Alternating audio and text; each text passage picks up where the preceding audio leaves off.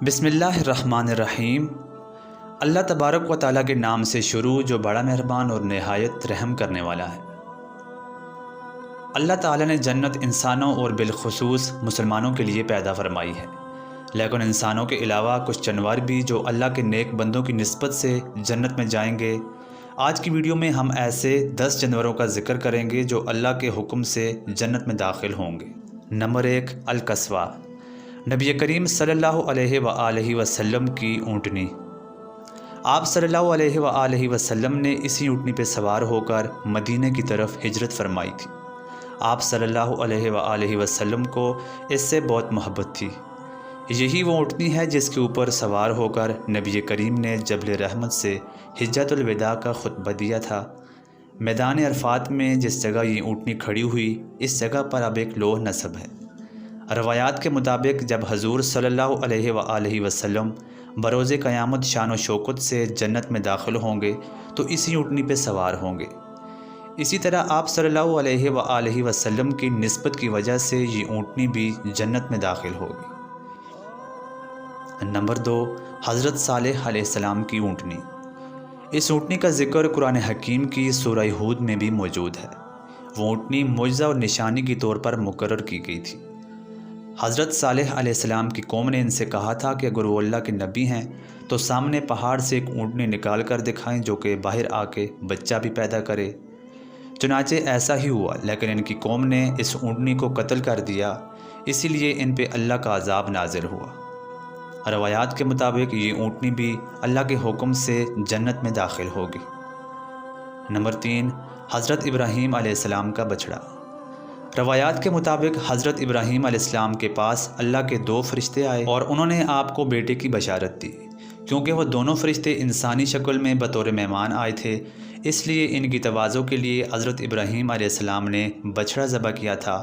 اس بچڑے کے بارے میں بھی کہا جاتا ہے کہ وہ بھی جنت میں داخل ہوگا۔ نمبر 4، حضرت اسماعیل علیہ السلام کا مینڈا۔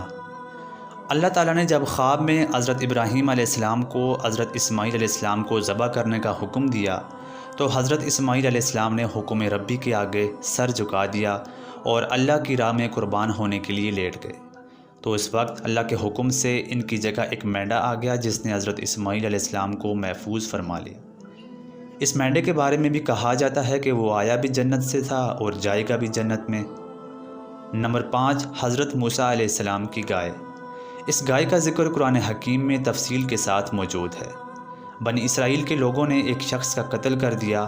حضرت موسیٰ علیہ السلام نے اللہ کے حکم سے ان کو ایک موٹی تازی پیلے رنگ کی گائے ذبح کرنے کا حکم دیا اور اس گائے کے گوشت کا ایک ٹکڑا اس لاش پر مارا گیا۔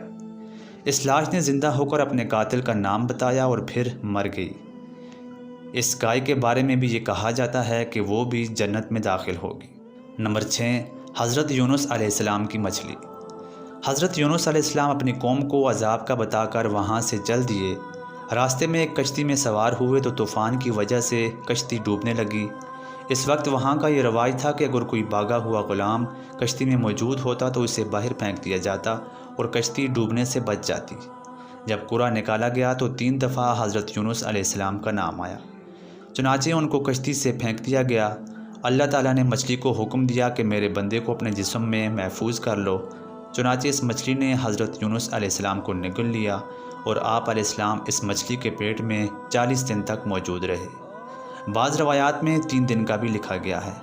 اس مچھلی کے بارے میں یہ خیال کیا جاتا ہے کہ یہ بھی جنت میں جائے گی۔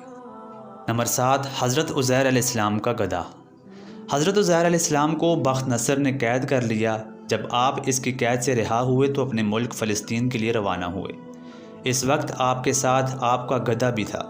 اس گدھے کا ذکر بھی قرآن حکیم میں موجود ہے۔ تو وہ گدھا بھی حضرت عزیر علیہ السلام کی نسبت کی وجہ سے بروز قیامت جنت میں داخل ہوگا۔ نمبر 8، حضرت سلیمان علیہ السلام کی چونٹی۔ اس چونٹی کا ذکر قرآن حکیم کی سورۃ النمل میں بڑی تفصیل کے ساتھ کیا گیا ہے۔ جب حضرت سلیمان علیہ السلام کا لشکر آ رہا تھا تو اس چونٹی نے اپنے ساتھی چونٹیوں سے کہا کہ اپنے اپنے بلوں میں داخل ہو جاؤ، ایسا نہ ہو کہ سلیمان کا لشکر تمہیں اپنے پاؤں تلے کچل دے۔ حضرت سلیمان علیہ السلام نے اس چونٹی کو ہتھیلی پہ اٹھا کر اس سے کلام کیا۔ آپ علیہ السلام کی نسبت کی وجہ سے اس چونٹی کو بھی جنت میں داخل کیا جائے گا۔ نمبر 9، حضرت سلیمان علیہ السلام کا ہدہد۔ حضرت سلیمان علیہ السلام پوری دنیا کے حکمران تھے اور چرند پرند پر بھی ان کا حکم تھا۔ حضرت سلیمان علیہ السلام نے پیغام رسانی اور پانی کی تلاش کرنے کے لیے ایک پرندہ ہدہد مقرر فرمایا تھا جو آپ کے ساتھ چلتا تھا اور پانی کی تلاش میں رہتا تھا۔ تو اس ہدہد کے بارے میں بھی کہا جاتا ہے کہ وہ بھی بروز قیامت اللہ کے حکم سے جنت میں داخل ہوگا۔ نمبر 10، اصحاب کہف کا کتا۔ اصحاب کہف جب دقیانوس سے بھاگ کر غار میں جا کر چھپ گئے تو ان کا کتا بھی ان کے ساتھ تھا۔ انہوں نے بہت کوشش کی کہ وہ کتا واپس چلا جائے کیونکہ کتے کے بھونکنے کی وجہ سے وہ پکڑے بھی جا سکتے تھے، لیکن وہ کتا واپس نہیں گیا اور ان کے ساتھ ہی غار کے دہانے پہ بیٹھا رہا، اور جس غار میں وہ سو گئے وہیں پر بیٹھے بیٹھے فوت ہو گیا۔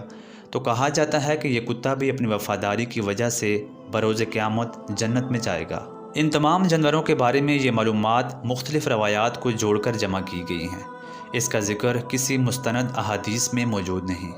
ان 10 جانوروں کا ذکر قرآن مجید میں بھی کیا گیا ہے۔ اس کے علاوہ مختلف روایات میں بھی اس کا ذکر موجود ہے۔ آج کی ویڈیو میں اتنا ہی۔ اسی طرح کی مزید اسلامک ویڈیو کے لیے اس چینل کو سبسکرائب کریں۔ اللہ تعالی ہم سب کا حامی و ناصر ہو۔